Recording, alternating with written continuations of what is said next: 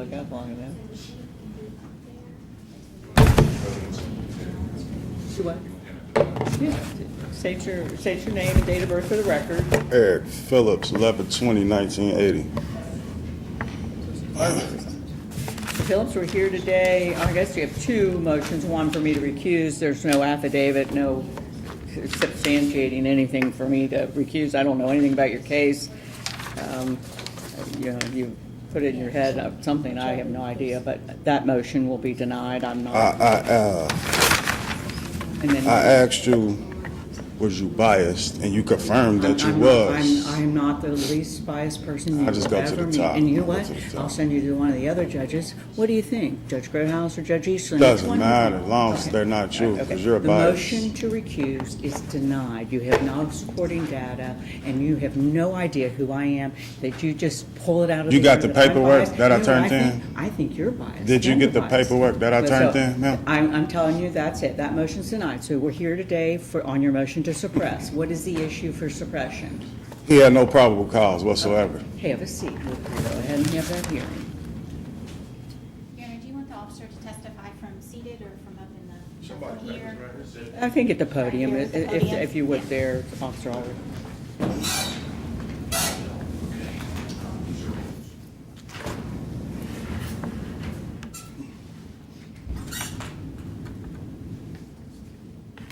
Solemnly swear affirm the testimony about to give the truth, whole truth, nothing but the truth. Yes, Your Honor. Could you state your name for the record, please? Douglas Ulrich, I'm a police officer with the City of Covington And how long have you been employed by the city of Covington? since September of 2011. And prior to that employment, you've been through all the training and so forth required to become an officer with the city of Covington? That's correct. Now, on or about June 21st, were you working a detail or were you on duty in the area of Promontory Drive? I was working the detail set up by management there on the Cambridge Square apartment complex. Okay, so you are just kind of located there in the parking lot, I guess? Yes, Part of ma'am. that detail? Yes, ma'am. All right. At about 21-26 hours, which I can't really do math that well, but should be 9:30. 9:30 at Yes, night, did an unattended running car come to your attention? It did. Could you describe the car? I was parked in front of building 102, so the way Promontory is you come up the main hill. There's only one way on, one way off. There's the main office building, which also holds a garage and the laundry facilities, and then there's 20 apartment buildings up there. So I was in front of 102, where I sit for every time I'm on the detail, which I've been on for about 4 or 5 years.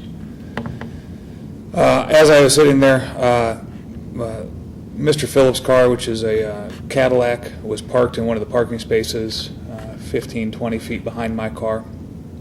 I had made a stop of a separate vehicle and returned to my position there in the parking lot.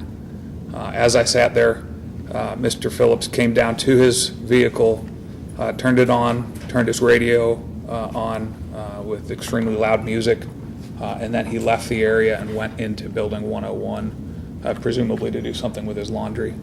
Okay. Would that be any type of ordinance or legal violation to leave the car running unattended with loud music there at the lot at Promontory? Yes, ma'am. And so based upon that, what did you next do?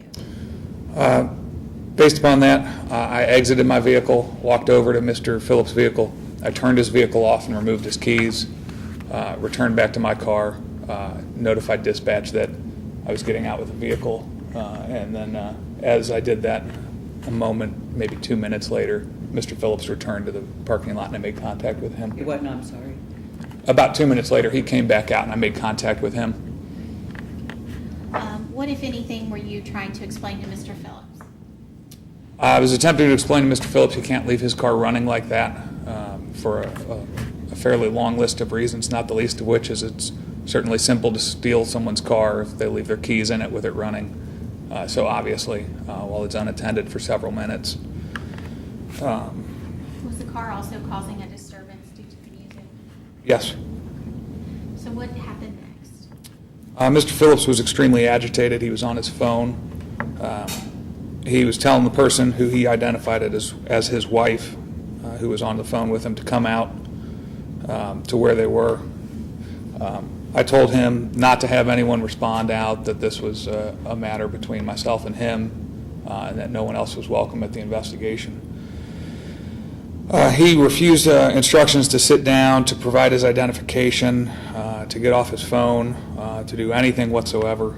Because of his highly agitated state, I awaited a second backup unit prior to making any further actions.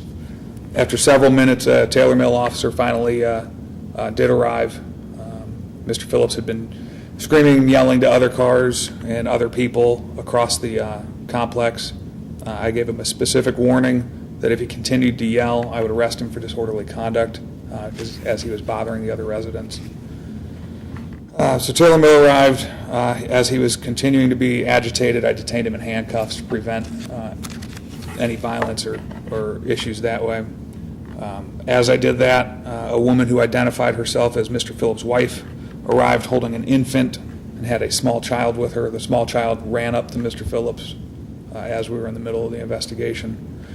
He began shouting about if we murder him. I informed him at that point, as he was shouting, that he was under arrest for disorderly conduct. I was able to identify him finally by the ID card that was in his pocket. And do you see Mr. Phillips in the courtroom today? He's seated to our left. May the record reflect he's identified the defendant. And what county were you in during this exchange with Mr. Phillips? Kenton County. Your Honor, I have no further questions as it relates to suppression. This time, Mr. Phillips, you can ask Officer Ulrich any questions. It's just to the suppression to the probable cause. I'm not trying it today. You said that when you went back to your vehicle after getting the keys, right?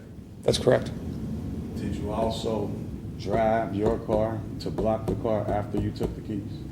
I backed my cruiser up, yes, Afterwards, right? after retrieving the keys. That's correct. What is the procedure when a car is running unattended? Do you run the plates first? What's the procedure? There's not a specific procedure for that. Have you done it before?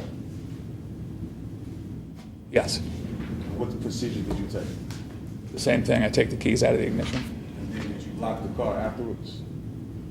Wasn't attempting to block your vehicle in. The keys were out of it. There was no point in blocking your vehicle in. I was simply reorienting my vehicle so that I wouldn't have to get into my car with my back on the vehicle and you, when you return, to be able to run your information or any of that. So when did you run the plates? So I returned to my vehicle. I moved my car back, walked back out of my car to log the tags and radio dispatch, as I said, and that's when I ran. I logged the plates, but I certainly did not run the plates at that point. I wasn't in my car. So you didn't run the plates? Say what now? I was out of my car, so I couldn't run the tags and get your information back. I simply logged your license plate number with our dispatcher, as that is the vehicle that I am out with. You logged that afterwards, right? I'm going to object. The plate issue has nothing to do with reasonable articulable stop. It's sustained. Move on, Mr. What gave you the Phillips. It has idea nothing that to the do car with it. was running? I sustain it. You ask questions as to probable What cause. gave you the idea that the car was running? Extremely loud music, the key in the ignition, and the engine running. How did you know that the key was in the ignition before you went in the car? The car was on. Were the headlights on? I don't believe so. With this car, the headlights must be on for the car to be running. I may be wrong. I didn't note it. It was still daylight. I got the body cam. I got the video with me. It shows no headlights on. And with my car, the headlights automatically come on when the car is running. If you say so. It's a fact. So I don't know the specifics of that particular make maybe or I need to model of save that vehicle. for the trial then, probably. So you're saying that you don't remember seeing no headlights? That's what I stated. Okay. Let's see here. Prior to going to the vehicle, have you seen me before? Yes. And that day, how many times have you seen me? That day, I believe you had pulled down in front of Building 101 earlier while I was on the detail, and you had parked there and you were in and out of the laundry room, but I hadn't made any contact with you. And prior to that day, have you ever encountered me? Yes. How many times would you say? a small number, 2 or 3 times. 2 or 3 times. So with 2 or 3 times encountering me, you telling me that you wouldn't know who I am? No. That's a lie.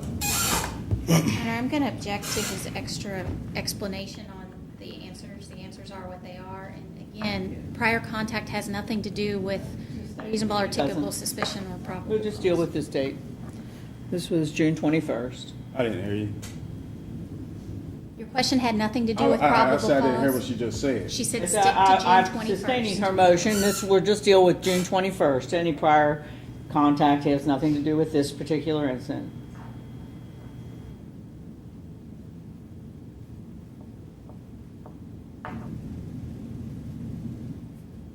Do you have any other questions, sir? My question is that y'all, no, I don't have a question, I have a statement. Y'all all work together. That's what it's like. You stopped the car because the car was running, correct? That's correct. So I'm just going to prove that the car wasn't running because it wasn't running. The headlights was not on. So this all is being recorded, correct? Yes, sir. All right, that's all I need.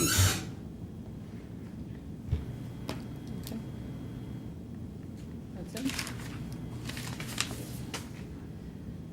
Your Honor, based on, the Commonwealth has no further witnesses. Okay. That's a probable cause. Reading, you're for the, I mean, the testimony as to both charges, I believe that there's probable cause. The testimony is, it's no person operating or in charge of a motor vehicle shall permitted to stand unattended without first stopping the engine, locking the ignition, and removing the key, nor allowed to stand upon any perceptible grade. Doesn't say anything about lights at all. So I think, he was probably doing you a favor, Mr. Phillips. he He turned wasn't. it off and you lose it. You're violating, it's 189.430 subsection 3. Certainly there was, according to his testimony, is Can I no ask one more probable cause question? to cite you on that. Can I ask And one then more question? also, his testimony was that, you became very agitated Can I ask and one more wanted them to question? murder him. So you wanted them to murder you, obviously, and you're screaming and yelling. That's the testimony. As to probable cause, I'm not trying it today, but as to probable cause, I find Can I ask there's one more sufficient question? probable cause, and so your motion to suppress is denied.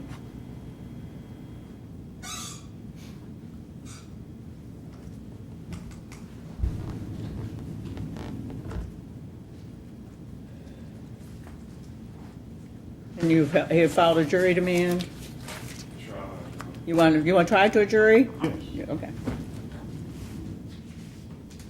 Did you do a jury demand? Is there a jury demand in I there? think he did last time he was Yes, here. Your I Honor. did. Okay. For jury, then that'll be on Wednesday, February 13th, and that's at 9 o'clock back here. February And you, 13th. I have to caution you, you're going to have to, it's going to be a jury, so you're going to have to know the rules of evidence, and, it won't be, you can certainly do pro se. That means you can try it yourself without an attorney. But I you would will be like to- held, I got an you will be affidavit held as to well. the same standards as everybody else. There will be the rules of evidence, so. there I you got an go. affidavit too requesting a lawyer based on my situation. I'm just. You're not even looking at it, I'm- though. I'm telling you, you have the same, you will be held to the same standard as every other But if person. I have an affidavit, you don't look at it. That's what goes on? Affidavit for what? What I just said, I request for an attorney because of my hardship. Oh, they're not recommending jail time. There's certain specifications for a public defender, okay? Which first of all, the case doesn't even rise to a level where a public defender would be appointed. It's They're not jail time. recommending any jail time, and it's a B misdemeanor. So those are cases where a public defender can be appointed is a case where the fine meets or exceeds $500, or there is jail time involved with the charge. Let me make sure I understand. So Okay, you say there's no there. jail And time also- involved in this? Oh, yeah, and if that jury recommends 90 days, you're going to jail for 90 Right, days. so that's why I'm trying to request a lawyer. No, you have a vehicle, you're not on disability. I am disabled. You are, what, You're not even looking. I turned the paperwork in, man. you collect disability? I turned the paperwork No, in. do you collect disability? I turned the paperwork You're on, in. you're on Social If you look at Security the disability. paperwork, it's gonna Are you tell on you Social that Security? answer. No, you didn't answer me. You do not qualify. They're not You looked at the recommending, paper? they weren't recommending any jail time. In fact, you are eligible for diversion. You are not eligible for a public defender. So you're not looking And that's at being it. So denied. you're not gonna Your look at jury it. is scheduled for February 13th at 9 o'clock back here. All righty. Okay? Circuit Court. Better watch out, Mr. Phillips. I have a tendency to get a little... Excuse me, ma'am, I didn't hear That's you. it. That's it today. Okay? Get, Wally, getting's good. Told me to watch out, right? No. I heard that.